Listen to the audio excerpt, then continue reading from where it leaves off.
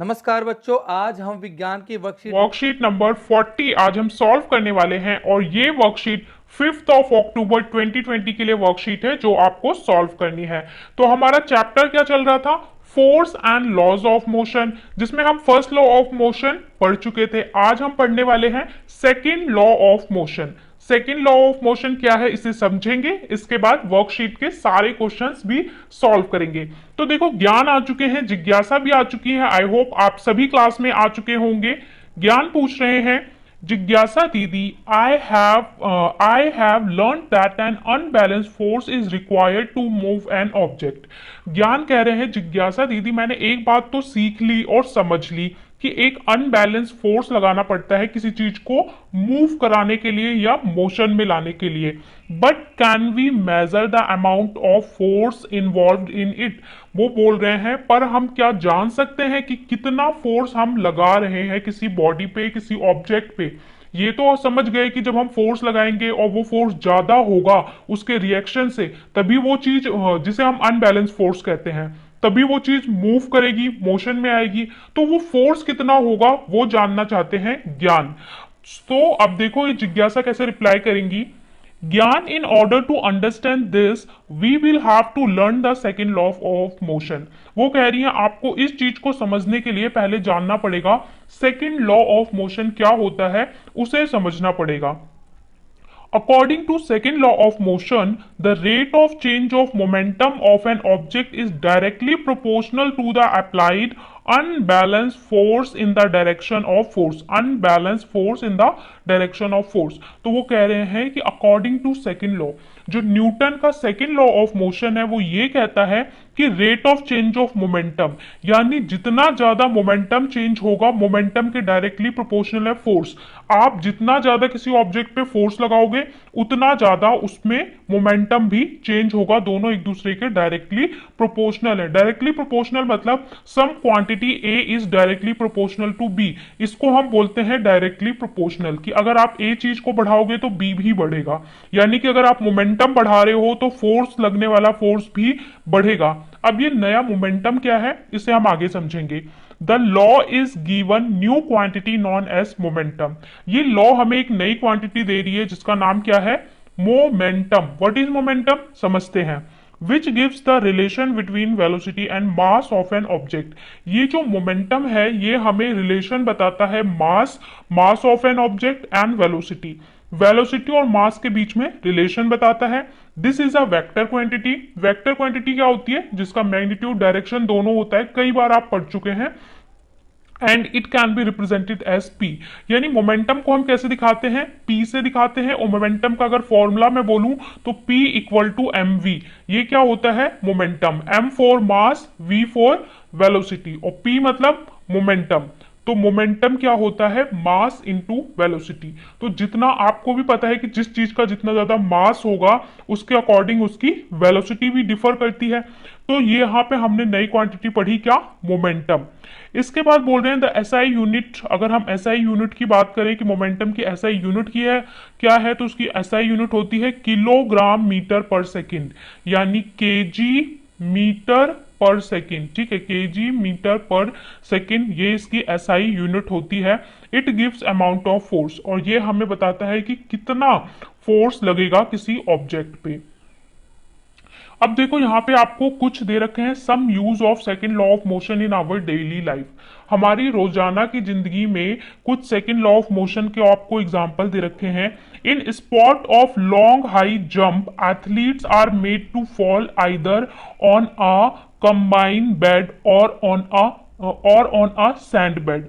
ये कुछ एग्जाम्पल आपको दे रखे हैं कि जो लॉन्ग हाई जंप होता है उसमें एथलीट क्या करता है? Made to fall either on a, दोनों तरीके के वो क्या करता है? जंप करता है। दूसरा आपको एग्जांपल दे रखा है, karate player breaks a slab of stone with a single blow. जो कराटे प्लेयर होता है वो क्या करता है? ये स्टोन होता है, इसको एक ब्लो में ब्रेक कर देता है, बीच में से तोड़ देता है। यहां पे भी क्या इंप्लीमेंट हो रहा है? सेकेंड लॉ ऑफ मोशन हो रहा है कि अकॉर्डिंग टू मास और वेलोसिटी पे उसमें अप्लाई करता है। थर्ड एग्जांपल दिया है, fielder in a cricket ground gradually pulls his hands backward while catching the ball, इसका ये वाला एग्जांपल बहुत पूछा जाता है कि जैसे जो बॉलर होता है क्रिकेट मैच में, ये आपका क्रिकेट ग्राउंड है, यहाँ पे जो बॉलर है जब बॉल फेंकते हैं तो वो कैच कैसे करता है, हाथ को दोनों को ऐसे खोल के रखता है और जो बॉल आती है तो उसको पकड़ लेता है। कभी आपने नोटिस किया है जो बॉल पकड़ रहा होता है वो अपने हाथ को थोड़ा सा नीचे कर लेता है? क्यों नीचे कर लेता है? ऊपर करके भी तो पकड़ सकता है। वो हाथ को इसलिए नीचे करता है बॉलर, जिससे उसकी बॉल की वेलोसिटी कम हो जाए। मास होगा बॉल का, बॉल जो आपकी ये बॉल है इसका कुछ मास होगा जिसे हम एम कहेंगे, और ये बॉल एक रफ्तार से आ रही है यानी एक वेलोसिटी से आ रही है, यानी इसमें मोमेंटम है एम वी। तो जो बॉलर है अपने हाथ को नीचे कर लेता है कि जो इसके डिस्टेंस बढ़ जाए, जिससे इसका मोमेंटम कम हो जाए, वेलोसिटी कम हो जाए, तो उसके हाथ में चोट ना लगे। ठीक है, इस वजह से वो करता है। इसके अलावा bullet harm only when it is fired from a gun. इसके अलावा जो बुलेट है वो निकलती है गन से, वो भी किसकी वजह से? उसमें भी मास होता है और वेलोसिटी होती है, जिसकी वजह से एक वेलोसिटी से जाकर पिन करती है। तो ये कुछ सम एग्जांपल है सेकंड लॉ ऑफ मोशन, अगर आपसे कोई पूछे तो आप दे सकते हैं। अब हम देख लेते हैं सेकंड लॉ ऑफ मोशन का, सेकंड लॉ ऑफ मोशन यानी मोमेंटम को डेरिवेशन यानी उसको डिराइव करके यानी प्रूफ करके दिखाया हुआ है, इसे अच्छे से समझेंगे और इसको आपको क्वेश्चन में भी पूछा है।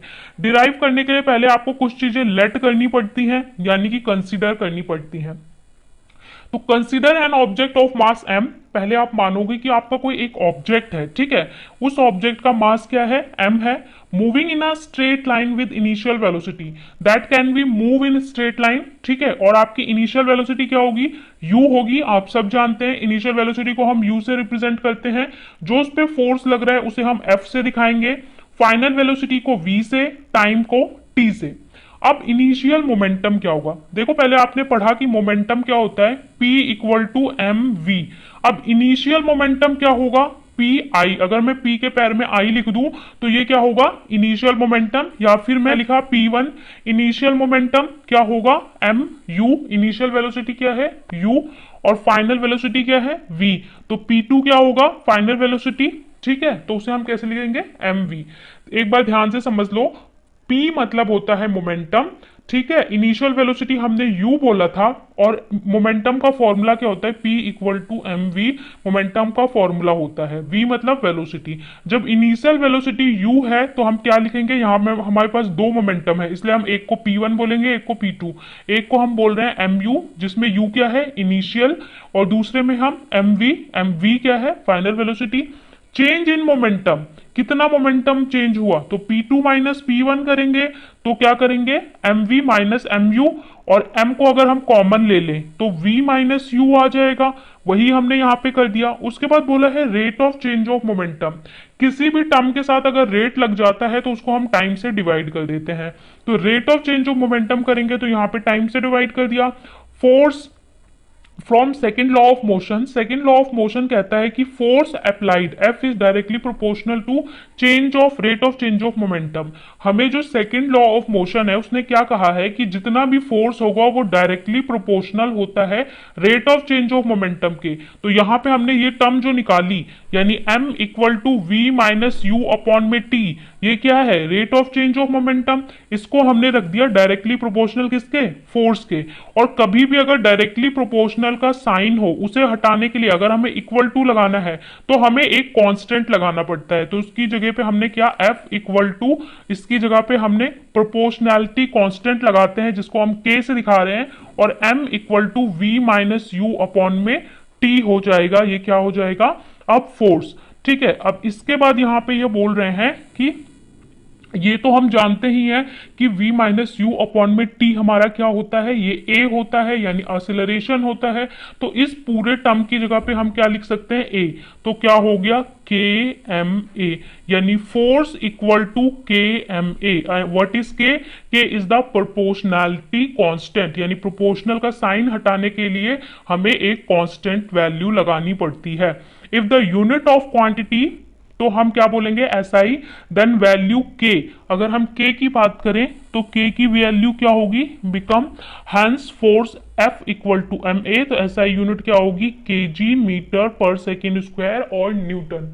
दोनों यूनिट हो सकती है kg metre per second square, और आप न्यूटन यानी कि N भी लिख सकते हो। अब आपको एक न्यूमेरिकल दिया हुआ है, उसको समझ लेते हैं, उसके बाद क्वेश्चंस देखेंगे। न्यूमेरिकल यहाँ पे दिया हुआ है और कह रहे हैं a force act on a object of mass 5 kg। एक ऑब्जेक्ट है, उसका मास कितना है 5 kg फॉर 2 सेकेंड।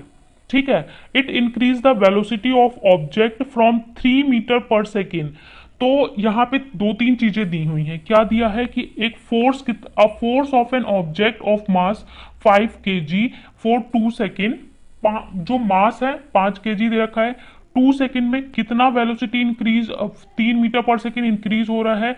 ठीक है, अब ये बोल रहे हैं find out the amount of force. यहाँ पे आपको एफ निकालना है। दूसरे में बोल रहे हैं if the force is applied for 5 second, अगर 5 सेकेंड तक फोर्स लगता है तो what will be the final velocity, final velocity कितनी होगी।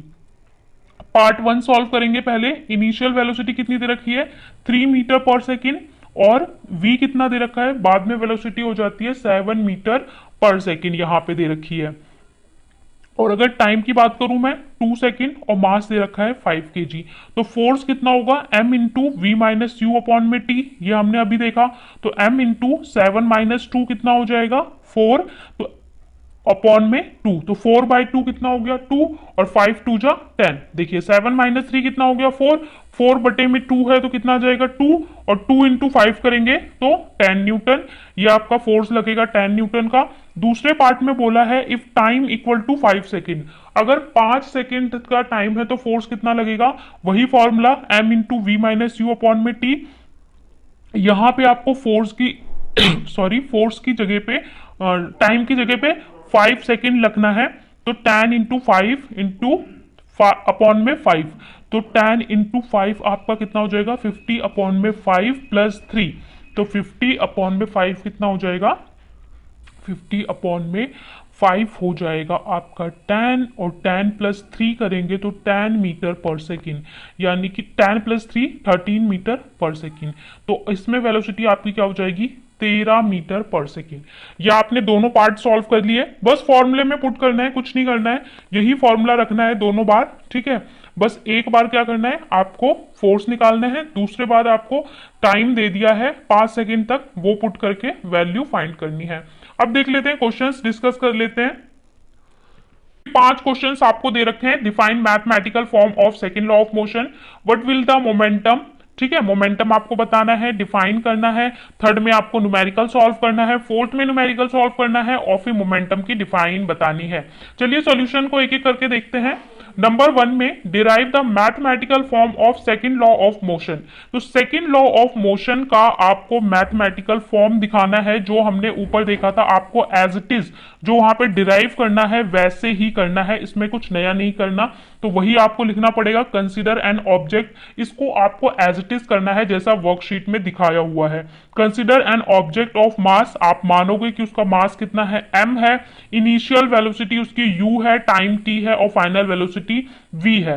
तो आपको क्या लिखोगे, initial momentum of an object p1 equal to mu, p2 equal to mv।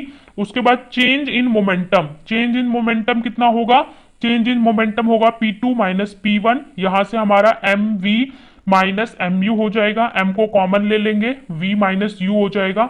ठीक है, जैसा मैंने आपको यहाँ पे दिखाया था, ये पूरा सॉल्यूशन एज इट इज आपको ये सॉल्यूशन यहाँ पे लिखना है, इसमें कुछ चेंज नहीं है, क्योंकि डिराइव का मतलब होता है तुम्हें वही चीज करनी है, प्रूफ करना है। ठीक है, इसके बाद यहाँ पे m equal to V minus U upon में t। अब हमें पता है कि according to second law of motion क्या होता है, rate of change of momentum क्या होता है, m equal to V minus U upon में t। जैसे ही हम टाइम से डिवाइड करेंगे, f equal to directly proportional का साइन आ जाएगा, इसको हटाने के लिए हम k लगा देंगे, और ये हमारा क्या हो जाएगा, हैंस प्रूफ हो जाएगा। तो ये आपको एज इट इज वैसे ही प्रूफ करना है। सेकंड में बोला है what will be the momentum of car parked at road side, explain. एक कार रोड साइड पे, ये आपकी रोड है, यहाँ पे एक कार है वो पार्क होके खड़ी हुई है, उसमें मोमेंटम क्या होगा। देखो मोमेंटम क्या होता है, p equal to M V. इस कार का कुछ मास होगा, लेकिन वेलोसिटी क्या होगी, जीरो होगी, क्योंकि कार तो खड़ी हुई है, जब जो चीज खड़ी होगी तो उसकी वेलोसिटी क्या होगी, जीरो होगी। तो जब आप जीरो को मास से किसी भी चीज को मल्टीप्लाई करोगे तो मोमेंटम भी क्या हो जाएगा, जीरो। तो इसीलिए the momentum of parked car is zero because only object that are in motion can have momentum. कोई भी ऑब्जेक्ट जो मूव करेगा उसी का मोमेंटम होगा, पार्क सब्सटेंस का या रुकी हुई चीज का कोई भी मोमेंटम नहीं होगा, क्योंकि वो भी जीरो हो जाएगा। ये आपका सेकेंड आंसर हो गया है।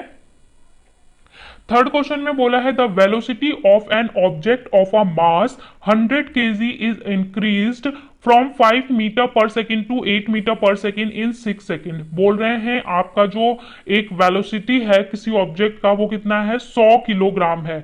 इंक्रीज हो जाता है इसका वेलोसिटी 5 मीटर से 8 मीटर। ये इनिशियल वेलोसिटी हो गई, ये final velocity. Time is the 6 second. Find out the force acting. Force कितना लग रहा है वो बताना है।